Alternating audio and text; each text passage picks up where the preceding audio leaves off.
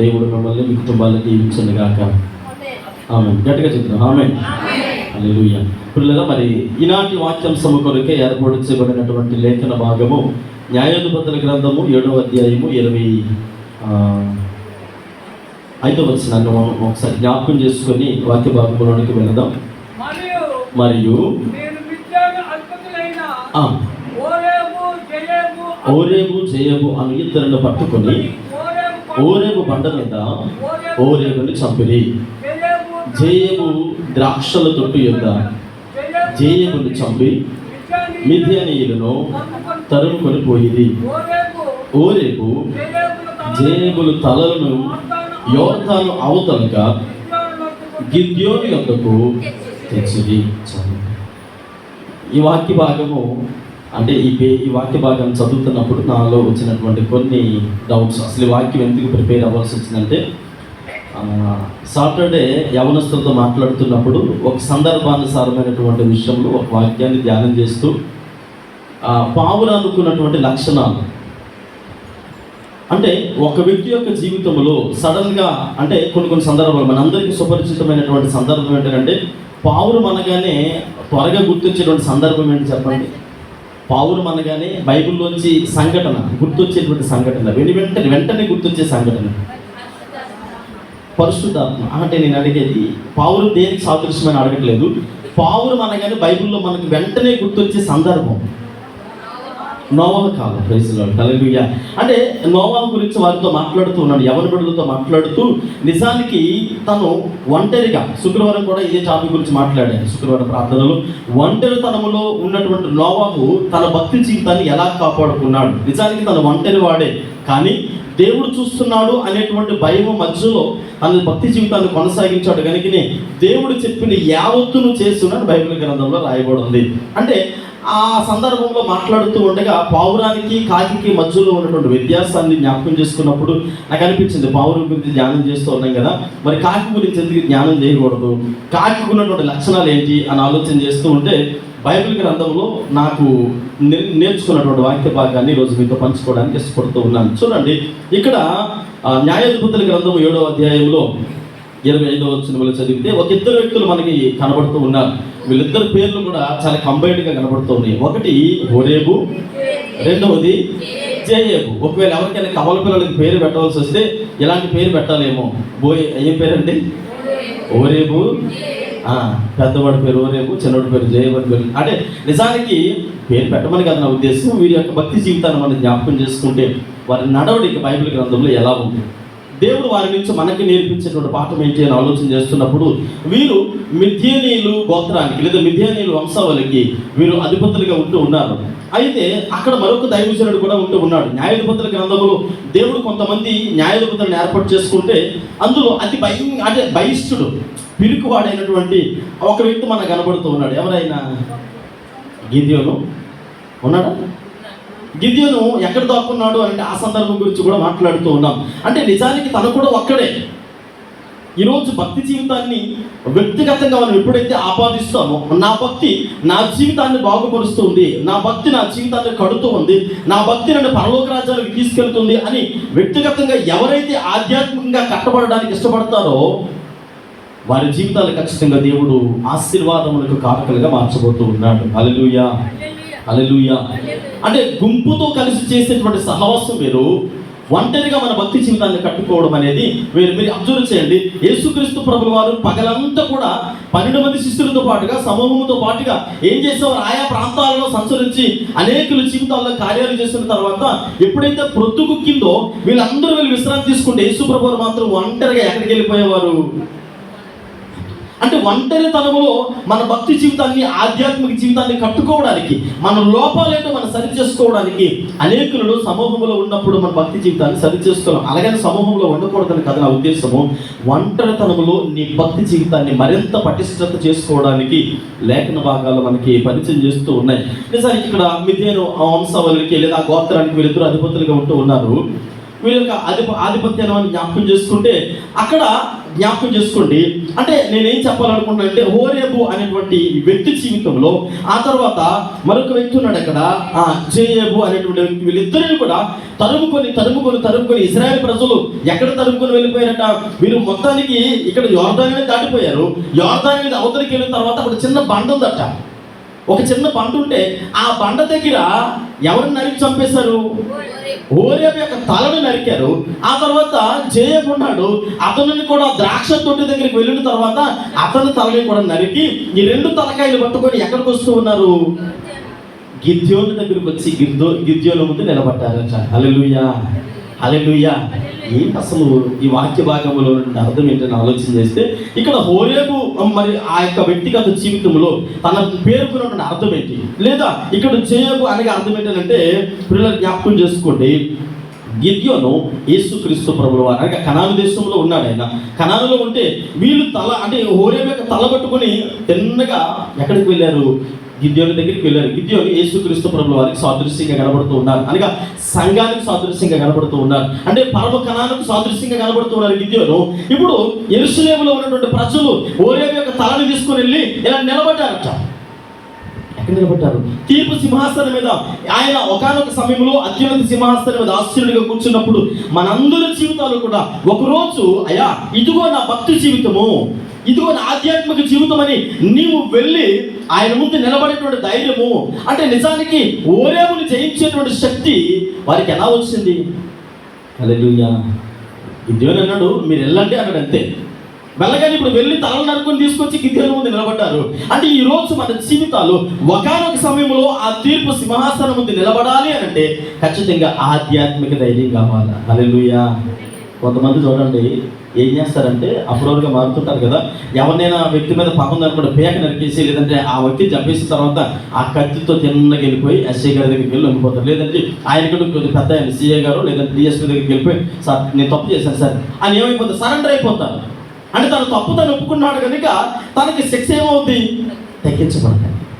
ఇప్పుడు చూడండి, క్రైస్తవ విశ్వాస జీవితంలో మన భక్తి జీవితాన్ని మనం జ్ఞాపకం చేసుకుంటున్నప్పుడు యేసుక్రీస్తు ప్రభువు వారి న్యాయ సింహాసనం దగ్గరికి మనం వెళ్ళాలి అని అంటే మన భక్తి జీవితాన్ని ఖచ్చితంగా కట్టుకోవడానికి మనకి దేవుడు అవకాశాన్ని ఇచ్చాడు, కట్టుకోవాలి. ఇప్పుడు చూడండి, హోరేబు అనగా అర్థం ఏంటంటే కాకి. ఏంటంటే హోరేబు అనగా అర్థం ఏంటి? కాకి. ఇప్పుడు ఆ బండ దగ్గర చంపబడ్డాడు కనుక ఆ బండకి ఏ పేరు పెట్టారు? అక్కడ రాయబడింది కదా, ఏ బండ అన్నారు? హోరేబు బండ. ఏ బండ? బండ అనగా సాదృశ్యం ఏంటి?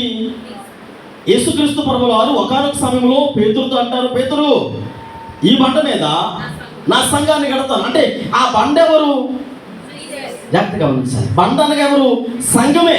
బండ అనగా సంఘము.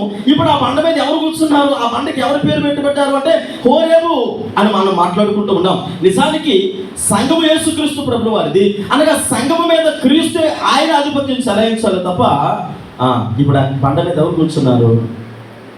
ఎవరున్నారండి? హోరేబు బండ అని మనం జ్ఞాపకం చేసుకుంటూ ఉన్నాము. అయితే ఇక్కడ పౌలు గారు అంటారు, ఏమనంటారంటే ఒక మాట, నీ నిరీక్షణ ఈ లోకం వరకే కాదు కానీ నీది పరలోక సంబంధమైనటువంటి నిరీక్షణ ఉండాలి.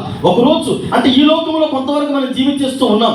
80 సంవత్సరాలు 70 సంవత్సరాలు లేదా 30 సంవత్సరాలు 20 సంవత్సరాలు కాలం ముగించిన తర్వాత అంటే నెక్స్ట్ మన జీవితం ఏంటి అనేది ఖచ్చితంగా ప్రతి ఒక్కరము విశ్వాసాలు అయితేనేమి దైవజనులు అయితేనేమి ప్రతి ఒక్కరము ఆలోచించుకొని దేవుని యొక్క రాకడ సమయం కొరకు సిద్ధపడాలని దేవుని సేవకుడిగా మనం చేస్తూ ఉన్నాం. గమనించండి, దేవుని సన్నిధానంలో మనం నిలబడాలి అని అంటే ఖచ్చితంగా ఆ బండ ఎవరై ఉండాలి?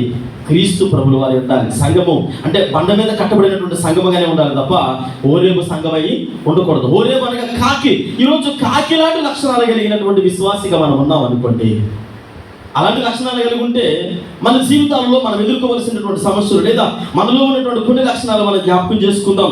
ఇక్కడ హోరేబుని గురించి మనం జ్ఞాపకం చేసుకుంటున్నాము కనుక ఈ హోరేబు ఎవరు అని అంటే మిద్యాను వంశానికి చెందినటువంటి వ్యక్తి కనుక దేవుని నామమునికి వ్యతిరేకస్తుడిగా జీవిస్తూ ఉన్నాడు. కానీ మరి బండ యేసుక్రీస్తు ప్రభువు వారికి సాదృశ్యంగా ఉంది, సంఘానికి సాదృశ్యంగా ఉంది. సంఘములో ఉండవలసినటువంటి లక్షణాలు ఎలా ఉండాలి మరి ఇక్కడ మనం జ్ఞాపకం చేసుకుంటూ ఉన్నాం. నిజానికి సంఘంలో 3 రకాల జాడలు ఉంటాయి. 3 రకాల జాడలు. ఒకటి సంఘములో సర్పపు జాడ, ఆ తర్వాత సంఘములో ఇంకోటి సాతానుగాడి జాడ, ఆ తర్వాత సంఘములో కాకి జాడ. 3 జాడలు. ఏం జాడలండి? ఒకటి సంఘములో సర్పపు జాడ. అంటే సర్పం యొక్క జాడను మనము కనిపెట్టలేము. ఆదాము అవ్వల గారి దగ్గరికి వచ్చారు కదా, ఎవరు వచ్చారు? సర్పము ప్రవేశించగానే అంతవరకు చక్కగా ఉన్నటువంటి ఇరువురు భార్య భర్తలు కూడా, నేను కాదయ్యా ఆదాము అంటే నేను కాదు అమ్మమ్మ తీసుకొచ్చింది కాబట్టి నేను తిన్నాను అంటున్నాడు. అప్పుడు దేవుడు అడుగుతుంది, ఏమ్మా అంటే ఏమో నేను కాదు సర్పం అంటే ఇప్పుడు వీళ్ళ మధ్యలో ఏమొచ్చింది? నేను కాదంటే నేను కాదనేటువంటి పరిస్థితి ఏర్పడింది. అంటే ఇప్పుడు సర్పము జాడ, సంఘములో సర్పం ప్రవేశించినప్పుడు ఆటోమేటిక్గా వచ్చేస్తారు. తర్వాత సంఘములో కాకి జాడ. కాకి దేనికి సాదృశ్యంగా ఉంది అంటే మనకు తెలుసు కొన్ని లక్షణాలు, దానిలో ఉన్నటువంటి కొన్ని లక్షణాలు మనకు ఉన్నాయి. సంఘములో సాతాను గడి యొక్క ప్రవేశము సంఘములో. అందుకని ఈ 12 మంది శిష్యుల్లో యోధాలో ఎప్పుడైతే ఎవరు ప్రవేశించారు? ఇంతకు మునిపే, అలాగే రాయబడుతుంది బైబిల్ గ్రంథంలో, ఇంతకు మునిపే యోధాలో సాతాను గడి ప్రవేశించినందు వలన యేసుక్రీస్తు ప్రభువారిని ఏం చేశాడట? బేరం పెట్టేశాడట. హల్లెలూయా, హల్లెలూయా. ఇక్కడ చూడండి, మరి హోరేబు అనేటువంటి ఆ పేరుకి అర్థం ఏంటంటే అక్కడ మనం జ్ఞాపకం చేసుకుంటే కాకి అని మనం అర్థం చేసుకుంటూ ఉన్నాము. మరి మనలో ఎలాంటి స్వభావం ఉండకూడదు. బండ మీద కట్టబడినటువంటి సంఘము అనగా అలాగే ఉండాలి. పరిశుద్ధతలో నిష్కలంకమైనటువంటి సంఘముగానే ఉండాలి తప్ప క్రీస్తు రాకడలో వచ్చినప్పుడు ఆయన సింహాసనం ముందు ఎలా నిలబడాలి? ఇప్పుడు ఇశ్రాయేలు ప్రజలు హోరేబును తలనరికి పట్టుకొని నిలబడ్డారట. ఎవరి ముందు నిలబడ్డారు? గిద్యోను ముందు నిలబడ్డారు. గిద్యోను ఎవరికి సాదృశ్యంగా చెప్పాను? యేసుక్రీస్తు ప్రభుల వారి సింహాసనం మీద కూర్చొని ఉంటే ఈరోజు నీ బ్రతుకులో ఉన్నటువంటి కాకి లక్షణాలు, ఆ కాకి లక్షణాలు అంటే ప్రత్యేకించబడిన వారు, పిలబడిన వారు అనేకులు, కానీ ఏర్పాటు చేయబడిన వారు ఎంతమంది? కొందరే. ఆ కొందరిలో వీడంటున్నారయ్యా ఈ హోరేబు లక్షణాలు మాకు వద్దాయా? ఇదిగో ఈ లక్షణాలు మాలో లేకుండా తల నరికి తీసుకొచ్చి నీ ముందు నిలబడ్డామని దేవుని ముందు నిలబడ్డా. ఈరోజు మనం దేవుని ముందు, దేవుని సింహాసనం ముందు నిలబడే దినము రాబోతున్నది కనుక అలాంటి లక్షణాలు మనలో తీసివేయగలుగుతూ ఉన్నామా? ఒకవేళ తీసివేయకుండా వాటిని మనం ఇంకా ధరించుకొని ముందు కొనసాగుతున్నట్లయితే ఖచ్చితంగా మరి మన జీవితాలలో అపవాదిగాడు విలయతాండం ఆడడానికి, ఆధిపత్యం చలాయించడానికి, ఆధ్యాత్మిక జీవితంలో దినదినము మనల్ని తొక్కివేయడానికి వాడు మరి ఎంతో ఎంతో ఎన్నో రకాలైన ఆలోచన విధానాలు కలిగి ఉంటాడు. ఇందాక మిమ్మల్ని అడిగినప్పుడు చెప్పాను, కాకి గురించి మిమ్మల్ని అడిగినట్లే ఎవరు గుర్తొస్తారు అని అంటే నోవాహు గారు అన్నారు. నిజమే. నోవాహు గారు, దేవుడు నోవాహుతో ఒక మాట చెప్పాడు, అయ్యా నోవాహు, ఈ తరవంతులో నువ్వు నాకు నీతిమంతుడిగా కనపడ్డావు కనుక నేను రాబోయే ఉగ్రతనిచ్చి నేను నిన్ను కాపాడాలనుకుంటున్నాను, కాబట్టి నేను నీకు ఒక బాధ్యతను అప్పగిస్తాను అని నోవాహుకు దేవుడు చెప్పగానే ఒక క్రమాన్ని దేవుడు నోవాహుకు తెలియజేశాడు. నోవాహుకు తెలియజేయగానే 100 సంవత్సరాలు, ఎన్ని సంవత్సరాలట? వాడ తయారు చేయడానికి నేను అనుకుంటాను నోవాహు తన భార్య, పిల్లలు, కోడలు లేదా తనకున్న కుటుంబానికి అయితే ఒక చిన్న వాడ తయారు చేసుకుంటే సరిపోద్ది. కానీ ఎన్ని సంవత్సరాలు తయారు చేశాడట? 100 సంవత్సరాలు వాడ తయారు చేశాడట. 100 సంవత్సరాలు తయారు చేయడం అంటే అంత సులువా? ఏమండి, 100 సంవత్సరాలు అంటే వాడును తయారు చేసుకోవడానికి తన కుటుంబం మాత్రమే కాదు, అంటే లోకంలో ఉన్నటువంటి పరిస్థితులన్నీ కూడా జతలుగా దేవునికి అప్పగించడానికి దాదాపుగా 100 సంవత్సరాలు పట్టిందట. హల్లెలూయా. ఈ 100 సంవత్సరాల్లో నోవాహుని ఎగతాళి చేసిన వారు లేకుంటారా? ఉండరంటారా? నవ్విన వారు ఉండరా? అంటే చిన్నచూపు చూసిన వాడు ఉండరా? అంటే నాకు తెలిసి వారి పిల్లలు కూడా నాయన మా తాత కాలంలో మొదలెట్టాడట ఈ వాడ కట్టడం. మా తండ్రి గారు ఉన్నారు, ఇప్పుడు నేను నా పిల్లలు కూడా, అంటే మా పిల్లలు కూడా ముసలైపోతూ ఉన్నాం, కానీ వాడు ఇంకా తయారు చేస్తూనే ఉన్నాడు. ఎప్పుడో జలప్రలయం మా తాత టైంలో చెప్పాడట. ఈయన పిచ్చోడా మంచోడా? ఉన్నదంతా కాల్చుకున్నాడు, మొత్తం తగలెట్టుకొని మరి ఇంత పెద్ద వాడ తయారు చేస్తూ ఉన్నాడు. ఎన్ని సంవత్సరాలు?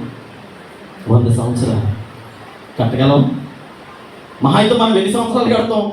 కొన్ని నెలలు, 1 రోజు 2 రోజులు నిలబెడతాం, ఆ తర్వాత 3 రోజులు లేదా 1 నెల, సంవత్సరం. 2వ సంవత్సరానికి ఏమంటే లాస్ట్ ఇయర్ జనవరి నెలలో మీరు ఏదో ప్రార్థన అవసరం ఇచ్చారు కదా, మీరు ఏదో ఇచ్చారు కదా, ఏంటంటే ఒక్కసారిగా చూసి నవ్వుతారు. ఏమనండి గుర్తులేదు, పోయిన సంవత్సరం కదా అంటారు. నోవాహు యావత్తులు చేసినంటే దేవుని సముఖంలో దేవునికి లోబడ్డాడు కనుక. సరే, ఇప్పుడు వాడగట్టిన తర్వాత మరి దాదాపుగా 11 నెలలు. ఎన్ని నెలలు? 11 నెలలు జతలుగా అన్ని కూడా వాడలోకి వెళ్ళిపోయిన తర్వాత ఆ జలప్రలయం దాదాపుగా 11 నెలలు అలాగే ఉన్నారు. 11 నెలలు అలా ఉన్న తర్వాత ఇప్పుడు నోవాహు ఒక కాకి గారిని పిలిచారు. కాకిని పిలిచి, అమ్మా ఎందుకు కాకిని నోవాహు ఎన్నుకున్నాడంటే సైంటిఫిక్ రీజన్ ఏంటంటే అది చాలా జ్ఞానం కలిగిందట, చాలా జ్ఞాపకశక్తి ఎక్కువ ఉండదట. అదైతే త్వరగా వెళ్ళి అవన్నీ చూసుకుని మరలా నా దగ్గరకు వస్తుందని జ్ఞాపక శక్తి కలిగినది కనుక మిగిలినటువంటి పక్షులు పంపిస్తే వాటికి అంత జ్ఞాపక శక్తి ఉండదు కనుక ఇదైతే బాగుంటుందని సెలెక్ట్ చేసుకొని కాకిని పంపించారట. కాకిని పంపించగానే ఇప్పుడు 11 నెలల తర్వాత ఎప్పుడైతే బయటకు వచ్చిందో, బయటికి రాగానే 11 నెలలు నీటిలో నాని ఉబ్బి కుల్లి చక్కగా నోటికి కంటికి ఎలా కనబడుతుందట. చాలా 11 నెలలు నోవాహు ఏ ఆహారం పెట్టాడు? ఏదో పెట్టాడు. అది శ్రేష్టమైన ఆహారమే, కానీ అలాంటిది కాదు నాకు కావాల్సింది, ఇది కదా నాకు కావాల్సిన ఆహారం అని చక్కగా ఆ మాంసం పొడుచుకుంటూ చక్కగా తిరుగుకుంటూ ఉండిపోయింది. అంటే దానికి ఉన్నటువంటి లక్షణాలు మనం జ్ఞాపకం చేసుకుంటూ ఉన్నాం. పిల్లలు జ్ఞాపకం చేసుకోండి దానికి ఉన్నటువంటి లక్షణాలు. నేను ఎందుకు ఈ మాట మాట్లాడుతున్నానంటే, హోరేబు అనగా అర్థం ఏంటి? కాకి. కాకిలో ఉన్నటువంటి మొట్టమొదటి లక్షణం ఏంటంటే కృతజ్ఞతాహీనురాలుగా ఉంటుంది. కృతజ్ఞత అనేది ఉండదు. ఇప్పుడు 11 నెలలు ఆ వాడలో దానిని చక్కగా దాచి ఈ 11 నెలలు శ్రేష్టమైన ఆహారాన్ని పెట్టుంటారా? అంటే మిగిలినటువంటి జంతువులను జీవులను ఎలాగైతే ప్రేమించాడో, తన భార్య పిల్లలను ఎలాగైతే ప్రేమించాడో, దేవుడు తనకు చెప్పిన క్రమాన్ని సైతము తన దగ్గరికి తీసుకుని వెళ్ళి, అంటే పిల్లల కంటే కూడా ఎక్కువగా దాన్ని ఎలా చేసి ఉంటాడు? ఇదో చనిపోకూడదు కదా, ఉన్నవి రెండే కదా, ఒక ఆడ కాకి మగ కాకినే కదా, అంటే జతలుగానే కదా అన్నారు. అంటే ఇప్పుడు ఒక కాకిని పంపించేస్తే వాడలో ఇంకెన్ని కాకులు ఉన్నాయి? ఒకటే కదా ఉంటుంది. మరి ఒక్కదానికి ఎంత చక్కగా మిగిలినటువంటి ఆ 2 కాకులు అంటే అన్నింటినీ చూసినట్టుగానే ప్రేమను, ఆప్యాయతను, అనురాగాన్ని చక్కగా దాని దగ్గరికి తీసుకుని వెళ్ళి ఈ 11 నెలల్లో కూడా దుర్వాసన వచ్చే ఆహారం కాదు, పాడైపోయినటువంటి ఆహారం కాదు, శ్రేష్టమైనటువంటి ఆహారాన్ని ఇచ్చి పోషించాడు. ఎవరు? నోవాహు. ఇప్పుడు తిన్న తర్వాత కాకి ఎలా కృతజ్ఞత కలిగి ఉండాలి? కృతజ్ఞత ఉందా? 11 నెలల తర్వాత బయటికి రాగానే కృతజ్ఞతాహీనురాలుగా మర్చిపోయి ఏం చేస్తూ ఉంది? చక్కగా మరి ఆ యొక్క శవాల మీద ఉండి ఆ మాంసాన్ని పొడుచుకునేది అంటుంది. నేను కొన్ని పుస్తకాలను చదివాను. ఇలా తప్పుగా అనుకోకండి, నాకు కొన్ని పుస్తకాలు చదవడం అలవాటు. కాకు గురించి ఒక శాస్త్రి చెప్పారు, చాలా సుపరిచితమైనటువంటి వ్యక్తే. ఆయన చెప్తూ కాకి ఎవరు బిడ్డ అని అంటే ఇంద్రుడి యొక్క కుమార్తెట, ఇంద్రుడి యొక్క కుమారుడు అన్నాడు. నిజంగా నాకు అనిపించింది, యేసుక్రీస్తు ప్రభువు వారు అంత ప్రయాసపడి నేలను పాకే పురుగులని సైతము ఇవన్నీ తయారు చేస్తే ఈయనేమో కాకి ఎవరికి పుట్టింది అంటున్నాడు. నేను అనుకున్నాను, అంటే ఇంక వేరే కథలేమి దొరకలేనట్టున్నాయి అని నేను చాలాసేపు నవ్వుకున్నాను. అందులో బైబిల్కి సంబంధించినటువంటి ఆ లేఖన భాగాన్ని వేరే విధంగా వక్రీకరించి మాట్లాడుతూ ఉన్నాడు. అంటే కొన్ని నెలల తర్వాత బయటకు వచ్చి శవాల మీద పొడుచుకొని తింటదన్న విషయాన్ని అటెండ్ చేస్తూ దాన్ని వేరే మార్గంలో పరిచయం చేస్తూ, ఇదిగో ఈ కాకి ఎవరు కుమారుడు? ఫలానా వారి కుమారుడే చెబుతూ ఉన్నాడు. అంటే జ్ఞాపకం చేసుకోండి, కాకి ఉన్నటువంటి లక్షణాలు మనం జ్ఞాపకం చేసుకుంటే సరే. నోవాహు కృతజ్ఞతాహీనురాలని చెప్పి వదిలేసి పావురాన్ని తీసుకొని లోకంలోకి పంపించాడు. పావురాన్ని పంపించగానే పావురం వెళ్ళి చక్కగా లేత ఒలీవ కొమ్మని తీసుకొని వచ్చి నోవాహు చేతిలో పెట్టగానే, నోవాహు గురించి జాగ్రత్తగా గమనించండి, యేసుక్రీస్తు ప్రభువు వారు కానీ లేదా పాత నిబంధన కాలంలో కానీ పావురం గురించి దేవుడు ఏమని అభివర్ణించాడంటే నా పావురమా అన్నాడు. ఎక్కడ కూడా నా కాకి అనలేదట. హల్లెలూయా, హల్లెలూయా. అంటే సంఘములో నా కాకి అని ఎవరు అంటారు? ఎవరికైనా నా పావురం అంటే కల్మషం లేనటువంటి జీవితాలు కలిగి ఉండాలి. దేవుడి యొక్క దృష్టిలో మనము ఎన్నుకోబడాలి అని అంటే నిజమే పిలవబడిన వారు చాలా మంది ఉన్నారు, ఏర్పాటు చేయబడిన వారు కొంతమంది. ఆ కొంతమందిలో కూడా ఎలా ఉండాలంటే కాకిలాంటి లక్షణాలు కలిగి ఉండకూడదు, పావురం లక్షణాలు కలిగి దేవుని సన్నిధిలో కృతజ్ఞత కలిగి ఉండాలి. పొందుకున్న మేలులన్నీ పొందుకుంటాం, పొందుకున్న ఆశీర్వాదాలన్నీ పొందుకుంటాం, అన్ని విధాలు పొందుకుంటాం. ఎన్నిసార్లు అడిగినా ఏమని ప్రార్థన చేయాలి? పాస్టర్ గారు అంటే దేవుని సన్నిధిలో ప్రార్థన చేయండి, దేవుడు ఆశీర్వదించాలండి. ఇంకెంత ఆశీర్వదించాలి అంటే దేవుడు ఆశీర్వదించాలి, కానీ మనం మాత్రం దేవుని సన్నిధిలో ఏం చేయము? కృతజ్ఞత కలిగి ఉండము. కృతజ్ఞత అంటే మన దేవుని సన్నిధానంలో మనకు కలిగినటువంటి కృతజ్ఞత ఏంటి అసలు కృతజ్ఞత? దేవుని సన్నిధిలో కాకి కలిగి ఉండవలసినటువంటి కృతజ్ఞత ఏంటి అంటే అప్పగించినటువంటి పనిలో నమ్మకస్తురాలుగా వండుకుంటా మరలా తిరిగి లోకంలోనే ఉండిపోయినట్లుగా మనము చూడగలుగుతూ ఉంటాం. హల్లెలూయా, హల్లెలూయా. పిల్లల్ని జ్ఞాపకం చేసుకుంటాం మన జీవితాల్లో ఏంటి కృతజ్ఞత అని అంటే, నేను అనుకుంటాను కొంతమందికి చేతులు లేవు, కొంతమందికి అంగవైకల్యంతో ఉంటారు. పెరాలసిస్ స్ట్రోక్ వల్ల లేదంటే వేరే వేరే కారణాల వల్ల అంగవైకల్యం వచ్చి ఉంటాయి.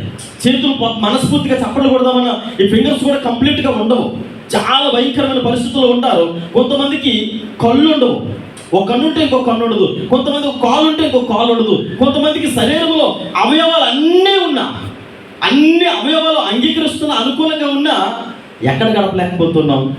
దేవుని కనపరచడానికి దేవుని మందిరానికి రాలేకపోతూ ఉన్నాం. కానీ అనేక రకాల బలహీనతల్లో ఉన్నవారు, అనేక రకాల అంగవైకల్యంలో ఉన్నవారు సైతము వారు ఏం చేయాలనుకుంటారంటే దేవుణ్ణి ఆరాధించాలనుకుంటారు. అంటే దేవుని సన్నిధానంలో అయ్యా గతించినటువంటి దినాలలో మా బ్రతుకులు మేము జ్ఞాపకం చేసుకున్నప్పుడు చాలా భయంకరమైన పరిస్థితుల్లో ఉండేవారు, కానీ ఇప్పుడు నీ సన్నిధానంలో చాలా ఆశీర్వాదకరమైన రీతిలో మేము ఉన్నామయ్యా అని దేవుని సన్నిధానంలో దేవుని నామాన్ని గణపరిచేవారిగా ఉండాలి. ఒక మాట నేను మీకు తెలియజేస్తూ ఉన్నాను. ఇద్దరు భార్య భర్తలు ఉన్నారు. భార్య భర్తలు బండి మీద వెళ్ళిపోతూ ఉన్నారు. ఏదో కాస్త కోస్త వారి దగ్గర అయితే వారి జీవనానికి కావలసినటువంటి ఆర్థికంగా బలపడి ఉన్నారు, వెళ్ళిపోతూ ఉన్నారు. ఒక చిన్న కుమారుడు ఉన్నాడు. సంవత్సరాలు కుమారుడితో పాటుకు వెళ్ళిపోతూ ఉంటే ఆ తొప్పుల్లో ఏదో ఏడుపు శబ్దం వినబడినప్పుడు వారి బండి ఆపి అక్కడికి వెళితే కండ చేమల్లో ఇలా పట్టేసి రక్తపు మడుగులో ఒక చిన్న బిడ్డ, నెలల బిడ్డ, అంటే ఆ తుప్పుల్లో పడేసి ఉంటే, టవల్ చుట్టేసి ఉంటే వెంటనే ఆ బిడ్డను తీసి చక్కగా చీమలన్నీ దులిపి ఆ బిడ్డను ఇంటికి తీసుకుని వెళ్ళి చక్కగా స్నానం చేయించి ఆ ఇద్దరు కూడా భార్య భర్తలు ఇద్దరు ఇలా మాట్లాడుకుంటున్నారట. ఏమండి మన ఇద్దరు కూడా ప్రాక్టీస్ మొదలు పెట్టాం కదా, మీరు కూడా అంటే వైద్య శాస్త్రంలో చక్కగా మీరు వైద్యం చేస్తున్నారు, నేను కూడా డాక్టర్నే, ఇరువురు కూడా డాక్టర్లే, కాబట్టి నాకు ఒక చిన్న సజెషన్ అంటే భార్య చెప్పిందట భర్తకి. ఏంటమ్మా అని అంటే, మనకి ఒక బిడ్డ ఉన్నాడు కదా, ఒక మగబిడ్డ సంవత్సరం బిడ్డ ఉన్నాడు, ఇప్పుడు ఈ చిన్న బిడ్డ కూడా ఉన్నాడు కదా, ఇక మనకి పిల్లలు అవసరం లేదండి, కాబట్టి నేను ఫ్యామిలీ ప్లానింగ్ చేయించుకుంటాను. ఇక ఇంకొక బిడ్డ వస్తే ఈ బిడ్డ మీద ప్రేమ ఉండదేమో, కాబట్టి కొద్దండి అని వారిద్దరూ ఒక వడంబడికి వచ్చి ఆపరేషన్ చేసుకున్నారు. చక్కగా వాళ్ళిద్దరిని కూడా మరి కన్న బిడ్డని ఎంత బాగా చూసుకుంటున్నారో దొరికిన బిడ్డను కూడా అంతకంటే అల్లారు ముద్దుగా చూసుకుంటున్నారంట. ఒక్కొక్కసారి కన్న బిడ్డనైనా కొడుతూ ఉన్నారు, కానీ దొరికిన బిడ్డను మాత్రం ఎలా చూసుకుంటున్నారట. ఒకవేళ ఎక్కడ ఒక పేగెరుసు అని అంటాడేమో అని, ఒకవేళ ఎవరి ద్వారా తెలిస్తే బాధపడతాడేమో అని అసలు తన గుండెలో ఉన్నటువంటి వ్యాధులు చెప్పుకోకుండా ఆ బిడ్డకి ఏది అవసరమో వాడు అడక్కు ముందే తీసుకొని వచ్చి చక్కగా పెంచి పోషిస్తున్నారట. వివాహ వయసు వచ్చింది, ఎవరి ప్రయాణకు వచ్చేటప్పటికి కన్నటువంటి బిడ్డ చక్కగా విదేశాల్లో చదువుకుంటూ ఉన్నాడు, ఒక మంచి ఉన్నతమైన స్థానంలో సెటిల్ అయ్యాడు. ఆ తర్వాత పెంచుకున్నటువంటి బిడ్డ తనతో పాటుగానే చదువుకుని అన్ని విషయాల్లో చక్కగా చదివించాలని ప్రయత్నాలు చేస్తూ ఉన్నారు. కానీ లోకములో ఉన్న స్నేహితులకి మరి అలవాటు పడిపోయి బానిసత్వానికి, లేదా భయంకరమైన తాగుడికి, వ్యభిచారానికి, దొంగతనానికి, మరి కొట్లాట్లకి, అనేక రకాల వ్యసనాలకి బానిస అయిపోయి ఎప్పటికప్పుడు తల్లిదండ్రులు ఎంతో వేదనతో ఆ ద్వారబంధం వైపు చూస్తూ ఉన్నారట. అయ్యో పదైపోతుంది, నా కొడుకు ఇంకా రాలేదే అని అలా చూస్తూ చూస్తూ చూస్తూ ఉన్నా. అలా నెలలు గడిచిపోతూ ఉన్నా, రోజులు గడిచిపోతూ ఉన్నా. ఒక్కొక్కసారి ఇంటికి వచ్చేవాడు కాదట. ఒకరోజు ఇంటికి వచ్చాడట, మధ్యరాత్రిలో డోర్ కొడుతూ ఉంటే తండ్రి పరుగు నీళ్ళు డోర్ తీశాడట. తడిసినటువంటి బట్టలతో, చిరిగిన బట్టలతో, మరి భయంకరమైనటువంటి దుర్వాసనతో తాక్కుంటూ వచ్చాడట. డోర్ తీసిన వెంటనే తండ్రి మీద దాడి చేశాడట. చాలా గట్టిగా ఒక బలమైనటువంటి ఆయుధంతో తండ్రి తల మీద కొట్టి అలా పడిపోయాడు. తండ్రి పడిపోతే కత్తి తీసుకొని తల్లి దగ్గరికి వచ్చాడట. ఇలా చంపడానికి వస్తుంటే తల్లి పారిపోయి బెడ్రూమ్లో తలుపేసుకుందట. తలుపేసుకుంటే నువ్వు బయటకు వస్తావా రావా, ఆస్తంతా నా పేరు మీద పెట్టు, నువ్వు అంటే ఆస్తంతా అన్నికి రాస్తారు అనుకుంటున్నాను, ఆస్తి మొత్తం నాకే కావాలి అని అంటే తల్లి ఆ ఇంట్లోంచి అన్నదట, కిటికీ రెక్కిలా తీసి ఒక ఫోటో చూపించిందట. నాన్న ఒకసారి ఫోటో చూడు అని ఇలా ఫోటో చూపించగానే వాడెవడో ఫోటో నాకు చూపిస్తానండి, ఆ తుప్పలో ఉన్న చెత్త బుట్టలోనో వాడెవడో దూరం అంటే పడిపోయినటువంటి అలాంటి అడ్డమైన ఫోటోలు నాకు చూపించవద్దు. నేను ఒక మంచి స్థాయిలో ఉన్నటువంటి వ్యక్తి, నాకు నా ఆస్తి కావాలి, నేను వేరే వ్యాపారం మొదలు పెడతాను, నా స్నేహితులతో కలిసానంటే జాగ్రత్తగా చూడొకసారి అని ఆ ఫోటో మళ్ళీ చూపించిందంట. ఎవడు వాడు అని అంటే ఎవరో కాదు, నువ్వే. ఈ విషయం నీకు తెలిస్తే ఎక్కడ బాధపడతావు అని మా గుండెలో దాచుకున్నావయ్యా. కన్నబిడ్డని ఎక్కడో చదివిస్తూ ఉన్నాం, నువ్వు మా దగ్గరే ఉండి పెరగాలని, నీకే లోటు రాకూడదని వాడికేమో కొసరు పంపిస్తూ ఉన్నాం, కానీ నీకు ధారాళంగా ఇస్తూ ఉన్నామయ్యా. ఈ బాధ నీకు తెలియకూడదని మా గుండెల్లో పెంచుకుంటూ ఉంటే ఈరోజు మా చావును చూడాలనుకుంటూ ఉన్నాం అని తల్లి ఆ విషయం చెప్పగానే బోరుని ఏడవడం మొదలుపెట్టదట. గుడ్డలు వాళ్ళతో నడుస్తూ తండ్రి దగ్గరికి వెళ్ళి, అయ్యా నేను క్షమించాను, నేను 2 కాళ్ళు పెట్టుకొని వేడ్చాడట. నేను ఎందుకు మాట చెప్తున్నానంటే, మన జీవితాలలో ఒకప్పుడు మన పరిస్థితి ఏంటి? ఈరోజు లోకంలో అనేక రకాల పరిస్థితుల మధ్యలో ఉన్నప్పుడు, అంటే విడవబడినటువంటి పరిస్థితుల మధ్యలో ఉన్నప్పుడు అనాథలుగానో, లేదంటే మీరు అనుకోవచ్చు అయ్యా మేము అనాథలం కాదయ్యా, మా తాత ముత్తాతలు కోటేశ్వరులయ్యా. ఆధ్యాత్మికంగా మన స్థితిగతులు ఏంటి? ఆత్మీయానుసారంగా మన పరిస్థితి ఏంటి? ఈరోజు అనేకుల మధ్యలో ప్రార్థన ఆత్మ కలిగిన వారిగా, వాక్యం ఆత్మ కలిగిన వారిగా, మరి అనేకులకి పాటలు పాడేవారిగా, దేవుని సన్నిధిలో పరిశుద్ధులుగా, అంటే దేవుడు నీతిమంతులుగా, యథార్థవంతులుగా నిలబడి దేవుని సన్నిధిలో మాట్లాడడానికి ఇచ్చినటువంటి యోగ్యత, ఇప్పుడున్న యోగ్యత కొన్ని సంవత్సరాల కిందట ఏ స్థితిలో ఉన్నాం, ఆ చెత్తపుట్లో దొరికిన వారిందట. ఆ పిల్లోడు ఎవరో కాదు, మీ ముందు నిలబడి వాక్యం ప్రకటిస్తాను నేనే. ఆ పిల్లోడు ఎవరో కాదు, కూర్చుని వాక్యం ఉంటుంది మీరే. యేసుక్రీస్తు ప్రభుల వారు మన జీవితాలకు అనుగ్రహించినటువంటి ఆశీర్వాదకరమైన స్థితిగతులు ఏంటో తెలుసా? ఈరోజు మన గర్వం, మన అహంభావం, మనకు ఉన్నటువంటి సమస్తములు కూడా ఒకప్పుడు ఎక్కడుంది? పుట్టుకతో తెచ్చుకున్నాము ఏమంటే దేవుడు మనకి ధారాళంగా ఇస్తూ ఉన్నాడు. ఆయన అంటాడు కదా, నేను నిన్ను ఏర్పాటు చేసుకున్నాను. హల్లెలూయా. మీరు నన్ను ఏర్పాటు చేసుకోలేదు, మీరు నన్ను ప్రేమించలేదు.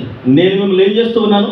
ప్రేమిస్తున్నాను. నేను కదా మన బ్రతుకులు కాకిలాంటి స్వభావం కలిగినటువంటి బ్రతుకులు, కృతజ్ఞతాహీనులుగా జీవించిన బ్రతుకులు దేవుడు అంటాడు నేను కదా నేను ఏర్పాటు చేసుకున్నాను అని దేవుడు మాట్లాడుతూ ఉన్నాడు. పిల్లరా, అందుకే మన జీవితాల్లో మొట్టమొదటిగా కృతజ్ఞత కలిగిన వారిగానే ఉండాలి తప్ప కృతజ్ఞతాహీనులుగా ఎన్నడూ కూడా ఉండకూడదు. అందుకని ఇశ్రాయేలు ప్రజలు గిద్యోను ముందుకు వెళ్ళి నిలబడ్డారు. అయ్యా ఇదిగో ఈ పరిస్థితి మాకు వద్దయ్యా, కాకిలాంటి స్వభావం కలిగిన లక్షణాలు మా జీవితాలలో వద్దని అక్కడికి వెళ్ళి నిలబడే ధైర్యం వచ్చిందంటే మొట్టమొదటి వారు ఏం కలిగి ఉన్నారు? కృతజ్ఞత కలిగి ఉన్నారు. ఒక రోజు రాబోతూ ఉంది, దేవుని సింహాసనం ముందు నిలబడడానికి వెళ్ళాలి అని అంటే ఖచ్చితంగా మన జీవితాల్లో ఏముండాలి?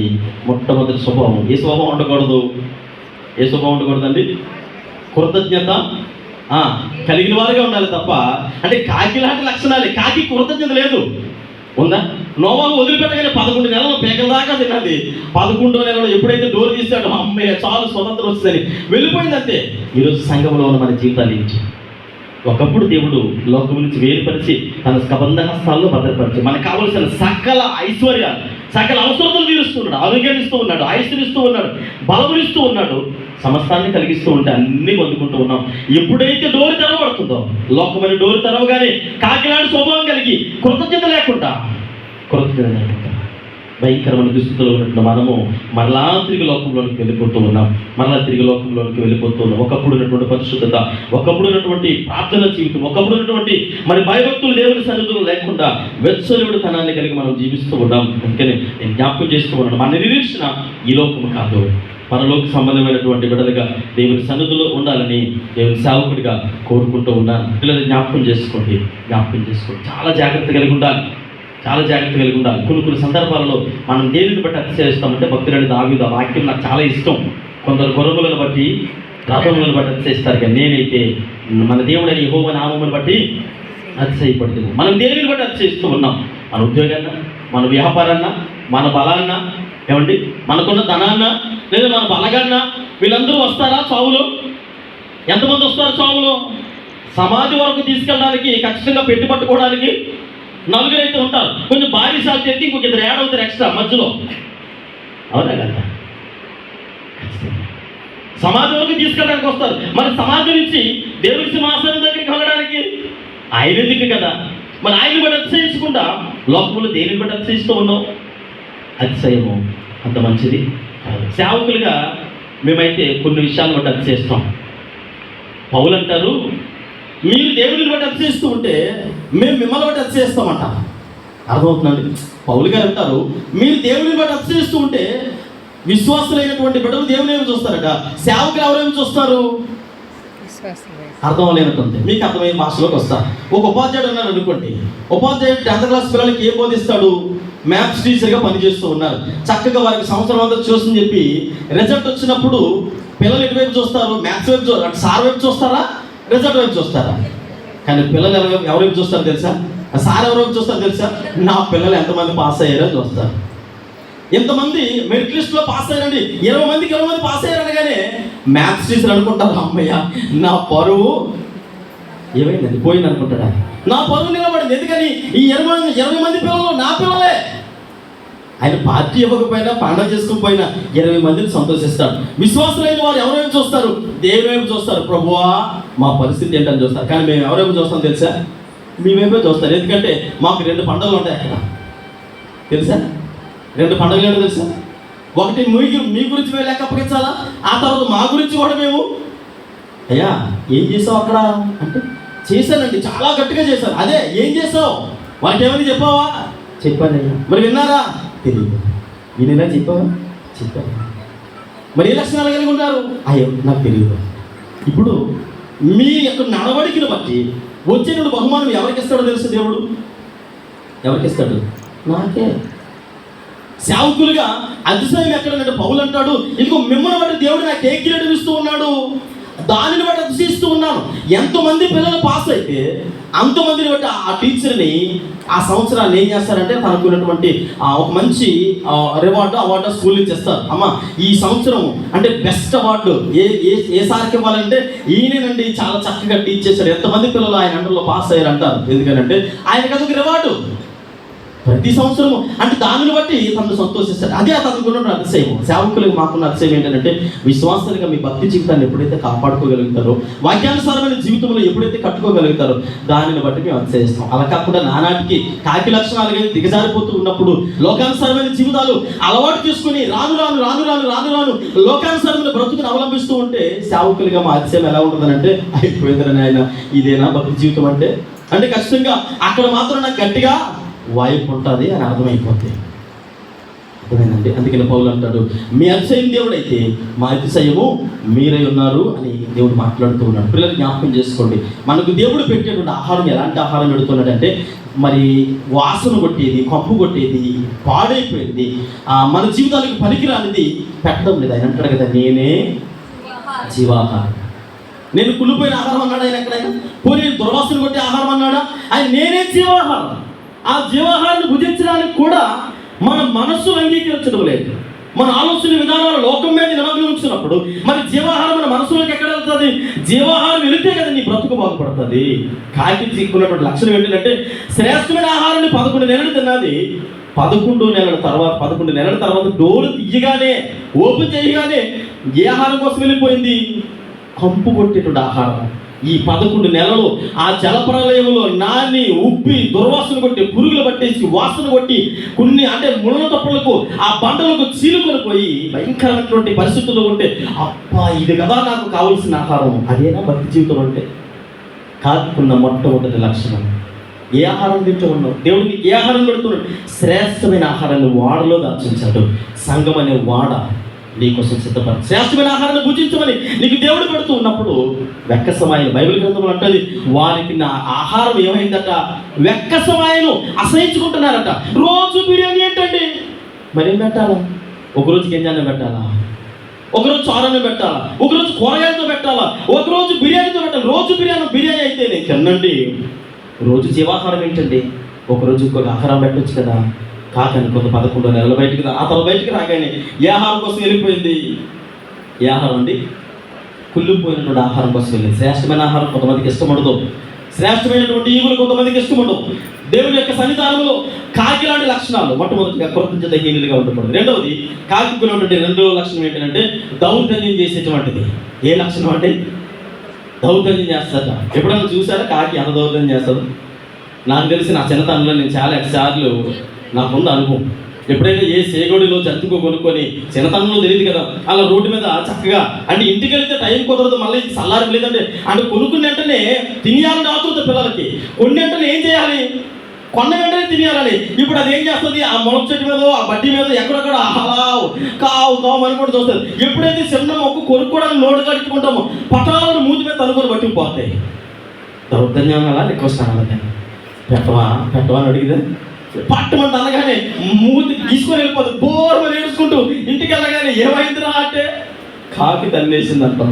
అరే జేబులు పెట్టుకొని ఇంటికాడ తెచ్చుకుంటే బాగుంది కదా, ఇంటికాడ తినొచ్చు కదరా, రోడ్డు మీద ఎందుకు తింటాం అని అంటారు చాలామంది.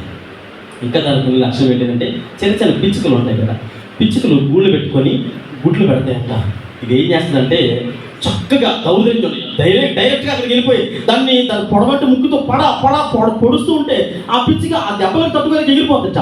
ఎగిరిపోగానే ఆ పొట్టులో ఉన్న గుడ్డుల్ని టక్కుమని పొడుచుకొని అందులో ఉన్నవన్నీ తాగేస్తుందట. అంటే దానికి లక్షణాలు ఇక్కడ మనం జ్ఞాపకం చేసుకుంటే, మిథ్యానీయులు అధిపతి అయినటువంటి హోరేబుకు ఉన్నటువంటి లక్షణం, రెండో లక్షణం ఏంటంటే దౌర్జన్యం చేసేటువంటి లక్షణము. దేవుని ప్రజల మీద దాడి చేసినటువంటి లక్షణం. ఇశ్రాయేలు ప్రజలకి ఈ మిథ్యానీయులు ఎప్పుడు వ్యతిరేకస్తులే, ఎప్పుడు కూడా తిరుగుబాటు చేసినటువంటి లక్షణాలు కలిగిన వారు. చూడండి ఇక్కడ మనం జాగ్రత్తగా జ్ఞాపకం చేసుకున్నట్లయితే మనకు తెలుసు, దౌర్జన్యం అనగానే ఇశ్రాయేలు ప్రజలు ఎన్ని సంవత్సరాలు ఐగుప్తులో ఉన్నారు? 400 ఉన్నారు. 430 సంవత్సరాలు అక్కడే ఉండి, అయ్యా ఆకలేస్తుంది అయ్యా, తింటే తినండి లేకపోతే మానేట అన్నారు. అలా కాదయ్యా, ఆరోగ్యం బాగోట్లేదు అయినా పని చేయాలి. అయ్యా మాకు గడ్డి కావాలంటే వెళ్ళి తెచ్చుకోండి. అంటే ప్రతి విషయంలో కూడా ఏమంటూ ఉన్నారు, నీ దిక్కున్న చోట చెప్పుకో. ఎక్కడ చెప్పుకోవాలా చూడండి, వాక్య భాగం చదవండి. నిర్గమకాండము 18:11 నిర్గమకాండము 18:11 ఐగుప్తీయులు చేసిన దౌర్జన్యమును బట్టి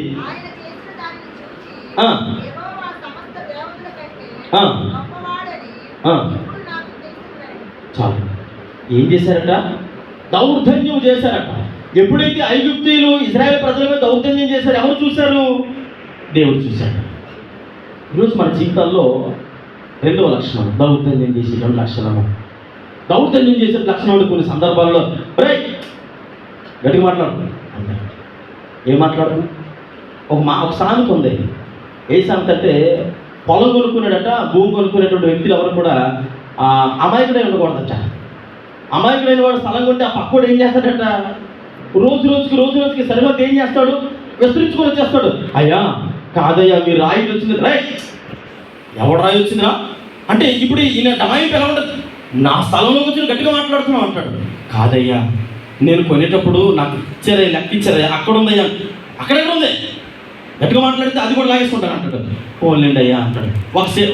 ఒక అడుగు వస్తాడు, 2 అడుగులు వస్తాడు, 3. అయ్యా చాలా దూరం వచ్చేసరే అంటే లాక్కోలేదు, సంతోషించి అంటాడు. దాన్ని ఏమనాలా? నాకు తెలిసిన ఒక కుటుంబ సభ్యులు ఎల్కోట అనే ఎల్కోట అనే ఏరియాలో, ఎస్కోటకి దగ్గరలో ఎల్కోట అనే ఏరియాలో స్థలం కొన్నారు. 10 సెంట్లు స్థలం కొని, ఆ స్థలం కొనుక్కున్న తర్వాత చాలామంది పాస్టర్ గారికి చెప్పారు, అయ్యా మంచి స్థలం కొనుక్కున్నాం, ఇలాగ 10 సెంట్లు స్థలం కొన్నామయ్యా, అక్కడ ఇల్లు కట్టుకోవాలనుకుంటున్నాం అన్నారు. కొనుక్కున్నామనంటే కొద్ది రోజులు 2 నెలలు 3 నెలలు గడిచిపోయిన తర్వాత ఆ స్థలంలో వేరే వ్యక్తి బోర్డు పాతేశాడు. బోర్డు పాతిన తర్వాత నెత్తి నోరు పాతుకుని ఇద్దరు భార్య భర్తలు అక్కడికి వెళ్తే ఆ స్థలం కానీ ఆ బోర్డు పాతిన వ్యక్తి అంటాడు, అమ్మిన వ్యక్తే బోర్డు పాతేశాడు. అయ్యా అదేంటి పేపర్లు మీరు ఇచ్చారు కదా, మీరే కదా అమ్మారంటే, ఎవరమ్మారు, ఇంక నాకు సంబంధం ఏంటి అసలు, ఇంకో ఒరిజినల్ డాక్యుమెంట్స్ అంటాడు. నిజానికి ఆయన ఇచ్చింది డూప్లికేట్ ఇచ్చాడు, ఒరిజినల్ డాక్యుమెంట్స్ ఆయన దగ్గర పెట్టుకున్నాడు. ఎంఆర్ఓ వచ్చినా చల్లట్లేదు, ఎక్కడికి వెళ్ళినా చల్లట్లేదు. వీళ్ళిద్దరు భర్తలు కూడా చాలా పాపం డబ్బంతా పోయిందని గుడ్డలు బాదుకుని ఏడుస్తూ ఉన్నారు. ఒకరోజు ఎల్కోటకు దగ్గరలో ఒక చోట ప్రార్థన జరుగుతూ ఉంది. ఎస్కోట ఆ ప్రాంతంలో ధర్మవరం అని ఒక ఊరు ఉంది. అక్కడ ప్రార్థన జరుగుతుంటే ఆ ఇద్దరు భార్య భర్తలు ప్రార్థన సమావేశానికి వచ్చారు. ప్రార్థన సమావేశానికి వస్తే సేవకులు అందరూ కలిసి ప్రార్థన చేస్తూ ఉంటే ఇద్దరు భార్య భర్తలు వచ్చారు, ఏడుస్తూ ఉన్నారు. అయ్యా ఒక 3 నెలల క్రితం స్థలం కొన్నామయ్యా, ఇప్పుడు అతను స్థలం లాగేసుకున్నాడు, డబ్బు పోయింది, స్థలం పోయింది, మమ్మల్ని ఈ వారంలో చంపేస్తానన్నాడు, ఆ స్థలం దగ్గర అడుగుపెడితే చంపేస్తానంటున్నాడు. అయ్యా మీరు ఇంకొకసారి స్థలం వైపు వస్తే చంపేస్తాను, ఎవరి స్థలాన్ని కబ్జా చేస్తారని మా మీద దౌర్జన్యం చేస్తున్నాడు. అయ్యా ప్రార్థన చేయండి అన్నారు. ప్రార్థన చేసి అందరూ సేవకులు అందరూ వచ్చేసాం. 4 రోజులు పోయిన తర్వాత ఆ బ్రదర్ ఫోన్ చేసి అయ్యగారండి ఏడుస్తూ ఉన్నాడు. నాకు మాత్రమే కాదు, మా వాళ్ళందరూ ఫోన్ చేశారట. ఫోన్ చేసి ఏడుస్తూ ఉంటే నేను అనుకున్నాను, వాళ్ళ ఆవిడ పొరపాటుని డేర్ చేసి వెళ్ళిందేమో, ఆయన ఒకవేళ ఏదైనా చేయడం నాగత్యం చేసాడేమో, చనిపోయిందేమో అని. అయ్యా బ్రదర్ ఏడవకండి, అసలు ఏం జరిగింది చెప్పండి, ఏడవకండి బ్రదర్ చెప్పండి అని అంటే, అయ్యా నిన్న రాత్రి ఆయన చచ్చిపోయాడు. అయ్యా ఎవరు చచ్చిపోయారు? ఈ వారంలో నువ్వు ఉండవు, చంపేస్తానన్న వ్యక్తి అంటే నేను అంటాను, దేవుని సన్నిధానంలో దేవుని బిడ్డల పట్ల దౌర్జన్యంగా చేశారు. ఇశ్రాయేలు ప్రజల మీద ఏం చేశారు? దౌర్జన్యం చేశారు. 430 సంవత్సరాలు దౌర్జన్యాన్ని అనుభవించిన తర్వాత దేవుడు అన్నాడు, మోసే నా ప్రజలకు చెప్పు, వాళ్ళ దగ్గరికి వెళ్ళి ఆ ఎరువు అడగమాను, ఎరువు అమ్మా కొంచెం ఈ మెల్లో చేయనిస్తారా, నేను కొంచెం మరలో వచ్చిస్తాను అని అడగమానంటే, మోసే అన్నాడు, ప్రభువా వారు కనీసం ఇశ్రాయేలు ప్రజలతో కలిసి కూడా భోజనం చేయరు కదయ్యా, మా పక్కన కూర్చుంటేనే మమ్మల్ని అసహించుకుంటారు, కనీసం మా వైపు చూస్తూనే అసహించుకుంటారు, మాకింత మొత్త కూడా పెట్టడానికి ఇష్టపడరు, ఏ రోజు మా ముఖాలు డైరెక్ట్గా కళ్ళలో పెట్టి చూడరు. అలాంటిది మేము వెళ్ళి వాళ్ళ బంగారాన్ని అడిగితే వాళ్ళు ఇస్తారయ్యా, వెళ్ళి అడగమని చెప్పంటే కొంతమంది స్త్రీలు భయపడుతూ గుమ్మం దగ్గరికి వెళ్ళి, ఏమండి అనగానే ఏంటి కాదండి, కొంచెం మీ మెల్లో హారాన్ని కొంచెం ఇస్తారా అంటే, హారం ఏం కర్మ, ఇదిగో మా ఆయన ఉంగరాలు ఉన్నాయి, అతను దీంట్లో చాలా బంగారం ఉంది పట్టుకెళ్ళండి అని ఐగుప్తీయులు అందరూ కూడా ఇస్తే అప్పుడు తీసుకున్నవారు మరి కెన్నడూ అడ్రస్ లేదు. ఎవరు? ఇశ్రాయేలు ప్రజలు. 430 సంవత్సరాలు అనుభవించినటువంటి దౌర్జన్యాన్ని ఒకేసారి మూట కట్టుకొని ఏ ప్రాంతానికి పట్టుకొని వచ్చేసారు? కనాను దేశానికి వచ్చేసారు. దేవుడు పలికి ప్రతి మాట కూడా నిజానికి మన జీవితాల్లో మరి చాలా ఆశీర్వాదకరంగా ఉంటుంది. అందుకని మన జీవితాల్లో చాలా సందర్భాల్లో దౌర్జన్యం చేసి ఎక్కడైనా సంపాదిస్తాం అనుకోండి, కొన్ని సందర్భాల్లో దౌర్జన్యంగా లాక్కుంటాం, దౌర్జన్యంగా ఇతరులను మోసం చేస్తూ ఉంటాం. అంటే దౌర్జన్యం అంటే గొడవలు పెట్టుకోవడమే కాదు, చాలా రకాలు ఉన్నాయి. అందుకని మత్తయి సువార్త 5వ అధ్యాయంలో ఒక మాట ఉంది, ఏమందంటే నీతి విషయమై నీతి నిమిత్తమై ఆకలి దప్పులు గల వారి ధన్యులు, వారు ఏం చేయబడతారు. నిజంగా నీతితో నిలబడ్డావు, నీతికి నిలబడి అసలు ఆహారం లేదు, గంజినీలో ఉన్నాయి, చిరిగిపోయిన వస్త్రాలు ఉన్నాయి, అంటే తగుమాత్రపు వస్త్రాలతో ఏదో బ్రతికి నెల వెళ్ళబుచ్చుతూ ఉన్నావు. ఏదో నీకు అనుకోని అవకాశం వచ్చింది, పాపం చేస్తే నీకు 10,000 వస్తాయి అన్నారు. కానీ నాకు 10,000 అవసరం లేదయ్యా, కడుపు ఎంజి లేకపోయినా పర్లేదు, ఇలా చచ్చిపోయినా పర్లేదు, నీతికి నిలబడి. చాలా భయంకరమైనటువంటి సంఘటనల మధ్యలో మరి చాలా మంది భక్తి జీవితాన్ని అంటే వారి జీవితాన్ని వెళ్ళబుచ్చుతున్నారు కనుక అందుకని ఇక్కడ మనం జ్ఞాపకం చేసుకుంటున్నప్పుడు ఎలాంటి జీవితాన్ని మనం జ్ఞాపకం చేసుకుంటూ ఉన్నాం. కాకపోయినటువంటి రెండో లక్షణం ఏంటంటే రెండో లక్షణం దౌర్జన్యం చేసేటువంటి లక్షణం, అన్యాయంగా లాక్కున్నటువంటి లక్షణం, అన్యాయంగా మరి తిరగబడేటువంటి లక్షణము. ఇక్కడ ఈ మాట చెప్పడానికి కొద్దిగా సంకోచిస్తూ ఉన్నాను, కానీ మీకు అర్థం అవ్వాలని ఒక మాట నేను తెలియచేయక మానటం లేదు. పిల్లల కాకి గుడ్లు పెడుతుంది. ఎక్కడ గుడ్లు పెడుతుంది ఎప్పుడైనా చూసారు ఎవరైనా? తనకంటూ ఆ గుడ్లు పెట్టేటువంటి కొన్ని స్థానాలు ఏం చేస్తుందంటే కోకిల గుడ్లు పెడుతుందట. కోకిల కూడా గుడ్లు పెడుతుంది. గుడ్లు పెట్టేటప్పుడు మగకాకి ఆడకాకి రెండు కలిసి నిలబడి ఏం చేస్తాయట, కోకిల ఎక్కడ గుడ్లు పెడుతుందో ఆడకాకి చూసి వచ్చి మగకాకి చెబుతుందట. మగకాకి చెప్పినప్పుడు మగకాకి అక్కడ ఆ కోకిల గుడ్లు పెట్టేటువంటి ఆ గూడుకి ఎదురుగా అక్కడ ఉంటుందట ఏ కాకి, మగకాకి. ఈలోగా ఆడకోకిలు ఎత్తుకుంటూ మగ కాకి దగ్గరికి వస్తుందట, ఆకర్షిస్తుందట. ఎప్పుడైతే అక్కడికి వస్తుందో ఈ వేరే ప్రాంతం గుండా ఆడకాకి ఆ గూట్లోకి వెళ్ళి దాని గుడ్డు అందులో పెట్టేసి, అంటే కాకి జ్ఞానం కలిగింది అన్నాం కదా, తన గుడ్లేనో లెక్క పెట్టుకుంటుందని కోకిల గుడ్డు పొడిచేసి కింద పడేసి పగలు కొట్టేస్తుందట. అంటే ఇప్పుడు ఈ గుడ్డు ఎక్కడ పెట్టింది? శరీరం అలవకూడదు, ఆయాసం కలగకూడదు, కానీ పట్టు పెట్టాలంటే చాలా కష్టం. ఈ గుడ్డు ఎవరు చేయాలి? పిల్లలు. కోకిల కాకి పిల్లలకి తల్లిగా మారాలి. తర్వాత అది పెరిగిన తర్వాత కాకి కోకిల ఎలా కాలేదు కనుక దాని మార్గాన్ని అది పోద్ది. అంటే దౌర్జన్యంగా వేరొకల గూడులో ప్రవేశించడం, వేరొకల జీవితాల్లో ప్రవేశించడం. ఇక్కడ మనం జ్ఞాపకం చేసుకుంటున్నప్పుడు పిల్లలు జ్ఞాపకం చేసుకోండి. కాకున్నటువంటి రెండో లక్షణం మనం జ్ఞాపకం చేసుకున్నాం. రెండోది దౌర్జన్యం చేసేటువంటి లక్షణాలు మనం జ్ఞాపకం చేసుకుంటూ ఉన్నాం. హల్లెలూయా, హల్లెలూయా. చాలా సందర్భాల్లో మన జీవితాల్లో కూడా అలాంటి స్వభావం ఉంటుంది. మనం ఎక్కడున్నాం? బండ అనేటువంటి, అంటే క్రీస్తు అనే బండ మీద ఉన్నామా, లేదంటే హోరేబ్ అనే బండ మీద ఉన్నామా? ఆ బండ మీద క్రీస్తున్నాడు, పేతురు అనే బండ మీద క్రీస్తున్నాడు, కానీ హోరేబ్ అనే బండ మీద ఎవరున్నారు? కాకినప్పుడు హోరేబ్ కూర్చున్నాడు. అందుకని హోరేబ్ బండ అని జ్ఞాపకం చేసుకుంటూ ఉన్నాం. మూడో విషయాన్ని జ్ఞాపకం చేసుకుంటే దీనికి జ్ఞాపక శక్తి ఎక్కువ అనుకున్నాం కదా, జ్ఞాపక శక్తి ఎక్కువ కనుక అందుకనే మీరు ఎప్పుడైనా వెళ్ళేటప్పుడు ఎవరినైనా కాకి పొడిచిందని ఎప్పుడైనా పొడిచిందా? దానికి జ్ఞాపక శక్తి ఎందుకనంటే మన ఇంటి దగ్గర ఏ బట్టలు ఆరబెట్టినప్పుడు లేదంటే బయట ఏమైనా ఆరబెట్టినప్పుడు మనం ఏమైనా కాకి వచ్చి అట్లా పొడుచుకొని తింటున్నప్పుడు, లేదా అందులో చక్కగా వైట్ షర్ట్ ఆరబెట్టి చక్కగా కంఫర్ట్ పెట్టి బ్లూ పెట్టి అలా తాడు మీద ఆరేగానే ఎక్కడెక్కడో తిరిగి వస్తుంది. అన్నీ తిరిగి వచ్చి శవాల మీద అట్ల మీద ఇంట్లో వాలి ఆ మచ్చతో అలా వచ్చి వైట్ షర్ట్ మీద వాళ్ళగానే అమ్మ కాకమ్మ కొంచెం రిక్వెస్ట్ చేస్తాను వెళ్ళిపోవా అంటారా? అప్పుడు మన నోటి గోల్డెన్ వర్డ్స్ వస్తాయి, పది కుమారుడి కాక ఇంకేదో అంటాం. ఇప్పుడు గోల్డెన్ వర్డ్స్ అలా తిట్టగానే అలా చూస్తుందంట, నిర్మం చూస్తుందా, ఏం అనలేదు కదా, అలా చూసి మైండ్లో ఫీడ్ చేసుకుంటుందట. మన దగ్గర ఉన్న మెమరీ కార్డు ఫుల్ అయిపోతే డిలీట్ అయిపోతేమో, కానీ దాని మెమరీలో ఒకసారి పడితే అది అన్నటికీ డిలీట్ అవుతుందట. మనం మర్చిపోతాం మరక, కానీ మనం మర్చిపోతాం ఆ తిట్లు. కానీ కొన్ని దినాలైన తర్వాత అలా పొరపాటున ఇలా బయటకు వెళ్తున్నాం అనుకోండి, పడాలని వస్తుందండి ఇది మీద. అరే నేను ఏం చేశానంటే కాకి కన్నింది. కానీ కొంతమంది ఏమనుకుంటారంటే కాకి కన్నితే ఈరోజు మన ఇంటికి ఎవరు వస్తారు? చుట్టాలు వస్తారు. లేకపోతే కాకి తల్లిది కాబట్టి అది ఏదో జరుగుతుందేమోనండి అంటే ఈరోజు ప్రయాణం చేయకూడదు అంటారు. అదేం కాదు, నువ్వు ఒక రోజు నోరు పారేసుకున్నావు, అదేం చేసింది ఎత్తి మీద ఒకరోజు మొట్టిగా పెట్టేస్తుంది అంతే. దానికున్న జ్ఞాపక శక్తిని బట్టి ఈ రోజు కూడా కాసిన దెబ్బకి అలా కాసి కాముగా ఉండే రకం కాదు కాకి లక్షణం. మూడవది లక్షణము జ్ఞాపక శక్తి కలిగినటువంటి కాకి. అందుకని ఇక్కడ చూడండి మనం జ్ఞాపకం చేసుకున్నట్లయితే ఆమోసు గ్రంథం 5వ అధ్యాయం 10వ వచనం చదవండి. ఆమోసు గ్రంథము 5వ అధ్యాయము 10వ వచనాన్ని చదువుకుందాం. ఆమోసు గ్రంథము 5వ అధ్యాయం 10వ వచనం. అయితే అమ్మా ఆ, ఆ, చాలు. ఏం చేస్తారట ఇప్పుడు పాపం మన షర్ట్ పాడైపోతూ ఉంది. ఎవరి షర్ట్ పాడైపోతుంది? దానికి తెలుసా కంఫర్ట్ పెట్టామని? దానికి కావాల్సింది ఒకటే, అక్కడ ఏదో ఒక విధంగా వాలాలి, దానికి అంకితం పట్టుకొని వెళ్ళిపోవాలనుకుంటాం. కానీ ఈరోజు మనం ఏంటంటే మన ఆతృతగా మనం ఏదో దెబ్బలాడేస్తాం, అయిపోయింది. కానీ ఒక రోజు అలా పెట్టుకొని మనసులో పెట్టుకొని మొట్టిగా పెడతాదట. అంటే పగ, జ్ఞాపక శక్తి చాలా ఎక్కువ. ఏ విషయంలో జ్ఞాపక శక్తి ఉందా మనకి? వాక్య విషయంలో జ్ఞాపక శక్తి ఉందా? నేను చెప్పిన వాక్యం ఈ రోజు ఏంటని అడిగితే ఏం చెప్తారు? రాత్రి చెప్పిన వాక్యం ఈరోజు ఏం చెప్పారండి? లేదంటే స్టార్టింగ్ నేను ఏ రిఫరెన్స్ చదివించానండి, మధ్యలో 2 పాయింట్ ఏంటండి, 3 పాయింట్ ఏంటండి అంటే అలా చూస్తారు. మీరే చెప్పండి. ఎందుకని? మన జ్ఞాపక శక్తి దేని మీద ఆధారపడింది? దేని మీద ఆధారపడింది? దేని మీద ఆధారపడింది? జ్ఞాపక శక్తిని ఏ విధంగా ఉపయోగిస్తూ ఉన్నాం? ఎవరు ప్రార్థన చేస్తూ ఉంటే బుద్ధియు జ్ఞానము సర్వ సంపదలు మీ దగ్గరే గొప్పములు అయినాయి కాబట్టి ప్రభు అవి ధారాళంగా నాకు ఇచ్చేస్తే నా చుట్టుపక్కల ఉన్న వారు అందరి మీద నేను ఏం పట్టేస్తాను? చెప్పండి. జ్ఞాపక శక్తి దేనికి ఉపయోగిస్తూ ఉన్నాం? ప్రేమించడానికి, పగబట్టడానికి? మాటలు రావడం లేదు. దేనికి ఉపయోగిస్తూ ఉన్నాం? జ్ఞాపక శక్తి కావాలి, కానీ దేనికో తెలుసా?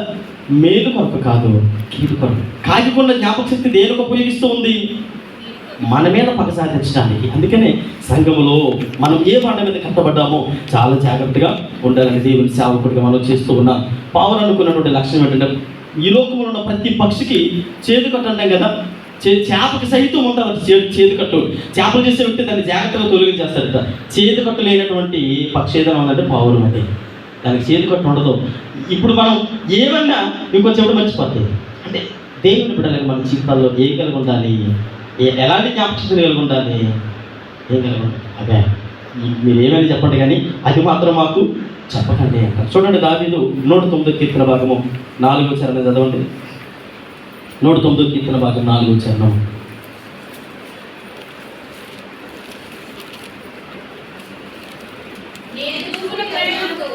నేను చూపిన ప్రేమయందు నేను చూపిన ప్రేమకు ప్రతిగా వారు నా మీద పగబట్టిరి. అయితే నేను మానక ప్రార్థన చేయించున్నాను. జ్ఞాపక శక్తి దేనికి ఉపయోగించాలి? దేనికి ఉపయోగించాలి? ఏమండి, పాపం బండి మీద వెళ్తున్నాడు, ఎప్పుడో సడన్గా బండి స్కిడ్ పడిపోయింది, కాలు ఇరిపోయింది. కాలు ఇరిపోతే ఏమండి అతను కాలు ఇరిపోయిందంట, పాపం భార్య పిల్లలతో ఎలా ఉన్నారంటే పాపం ఇలాగానంటే, మీరు ఎవరి గురించి అని చెప్పండి, కానీ ఆడి గురించి చెప్పకండి, ఆడు ఎలాంటి తెలుసా అంటే, ఇప్పుడు మనం దేన్ని సాధిస్తున్నట్టు? పగనా ప్రేమనా? పగనే. ఎందుకని? ఆడి గురించి నా దగ్గర మాట్లాడుతుంది. ఒకప్పుడు నేను ఇలా అన్నారంటే నువ్వు పగనే పంచుతున్నావు తప్ప ప్రేమని పంచడం లేదు. దేవునికి ఉన్నటువంటి లక్షణము, కాకి పావురానికి ఉన్న లక్షణం ఏంటంటే కాకి పగను పంచుకుంటుంది, జ్ఞానంలో ఆ విధంగా ఉపయోగిస్తుంది. అని పావురు దేనిలో ఉపయోగిస్తుంది తెలుసా? నువ్వు ఎంత తిట్టినా దానికి అర్థం కాదు, ఎంత వేరే విధంగా మాట్లాడినా అది ఏం చేస్తుంది తెలుసా? ప్రేమనే, సాత్వికమని పంచుతూ ఉంటుంది. అందుకని ఇక్కడ చూడండి, భక్తుడిని దావీదు అంటాడు, నేను చూపిన ప్రేమకు ప్రతిగా వారు నా మీద పగబట్టుకుని ఉంటుంది. ఆ తర్వాత నేను వారి గురించి నేను ప్రార్థన చేయక మానని ఇక్కడ తెలియజేస్తూ ఉన్నాడు. మీరు గమనించండి, యోసేపుని తీసుకెళ్లి గోతులో పడేస్తారు, కాళ్ళు చేతులు పడేసి కట్టేసి గోతులో పడేస్తే ఫరో దగ్గరికి. తర్వాత ఇప్పుడు యోసేపు ఐగుప్తుకు రాజు అయిపోయాడు. పగబట్టినోడు ఏమైపోయాడు? బానిస అయిపోయాడు. పగబట్టినోడు గోను పట్టుకున్నాడు, ప్రేమించినాడు ఎక్కడ కూర్చున్నాడు? ఏమండి, పగబట్టినోడు గోను పట్టుకుని నిల్చున్నాడు, ప్రేమించినోడు రాజదండ పట్టుకుని కూర్చున్నాడు. అవునా కాదా? ప్రేమ కలిగి ఉంటే ఖచ్చితంగా మనం ఎక్కడుంటాం? అధికారులుగానే కూర్చుంటాం. అదే పగ ఉందనుకోండి, గోను సంచి పట్టుకోవాల్సి వస్తుంది, బానిసలుగా ఉండవలసి వస్తుంది. అందుకని కాకిని ఎవ్వరు కూడా తెచ్చుకోరు, కాకిని ఎవరు కూడా తెచ్చుకుంటూనే ఉంటారు, అందరూ తెచ్చుకుంటారు, యాదవ కాకి అంటారు. అదే పావురాన్ని చూడగానే అబ్బా పావురం, నా చిన్నకుతాడు పావురం అంటుంది. పావురం అంటే చూడగానే ప్రతి ఒక్కరికి ముందు వస్తుంది. ఎందుకని? దానిలో ఏ కల్మసం ఉండదు కనుక. అవునా కదా? అందుకని నా పావురమా అని యేసుక్రీస్తు ప్రభువుకు సంబోధిస్తారు. నా పావురమా. ఈరోజు సంఘంలో ఉన్న ప్రతి వ్యక్తి కూడా దేవుడు ఆస్వాదించేటువంటి, ప్రేమించేటువంటి పావురాలుగా ఉండాలి తప్ప కాకులుగా ఉండకూడదు. కాకున్నటువంటి 3 లక్షణాలు. ఒకటి ఏంటండి? కృతజ్ఞత లేనటువంటి లక్షణం. రెండవది దౌర్జన్యం చేసేటువంటి లక్షణం. మూడవది జ్ఞానం ఉంది, అయితే ఆ జ్ఞానాన్ని దేని కొరకు ఉపయోగిస్తున్నాము అనేది కాకి పౌరానికి ఉన్నటువంటి లక్షణము మనం జ్ఞాపకం చేసుకుంటూ ఉన్నాము. పిల్లలు జ్ఞాపకం చేసుకోండి. అందుకని మన జీవితాలలో మరి మనము చాలా విషయాలు మనం జ్ఞాపకం చేసుకుంటూ ఉన్నాం. యోసేపు విషయంలో కానీ పగలు పెంచుకోలేదు, యోసేపు పగలు పెంచుకోలేదు. ఆ తర్వాత దావీదు విషయంలో దావీదు పగలు పెంచుకోలేదు. దావీదు పగ పెట్టుకోవాలనుకుంటే సౌలు ఏ రోజు అడ్రస్ లేకుండా పోయేవాడు. యోసేపు పగ పెట్టుకోవాలనుకుంటే ఆ ఇశ్రాయేలు గోత్రం అనేది ఉండేది కాదు, అసలు తండ్రితో సహా మొత్తం అందరూ నేలమట్టం అయిపోయేవారు. కాబట్టి ఎస్తేరి పగబెట్టుకోలేదు. పగబెట్టుకుని ఉంటే మొర్దెకైను మామూలుగా రాజ్యంలో అడ్రస్ లేకుండా చేశాడు. మీరు జాగ్రత్తగా గమనించండి, పగ క్రైస్తవులకు తగదు. అందుకని ఇక్కడ హోరేబు అనగా హోరేబు బండ అని అంటే అర్థం ఏంటంటే, ఇప్పుడు బండ అనగా క్రీస్తు. ఆ క్రీస్తు అనేటువంటి ఆ సంఘం మీద క్రీస్తే ఉండాలి తప్ప హోరేబు లాంటి కాకులు ఎక్కువ కూర్చోకూడదు, కాకి ఉండకూడదు. ఈరోజు కాకిలుగా మనం ఉన్నామనుకోండి, అయ్యా నేను కాకిని, అయ్యా కాకి లక్షణాలు కలిగి ఉంటే ఈరోజు క్రీస్తు అనే బండ మీద ఉండడానికి అనుకురాలివి కాదు. దేవుని న్యాయ సింహాసనం ముందుకు వెళ్ళినప్పుడు మనం పౌరాలుగా ఉండాలి తప్ప కాకిలుగా ఉండకూడదు. ప్రార్థన చేసుకుందాం.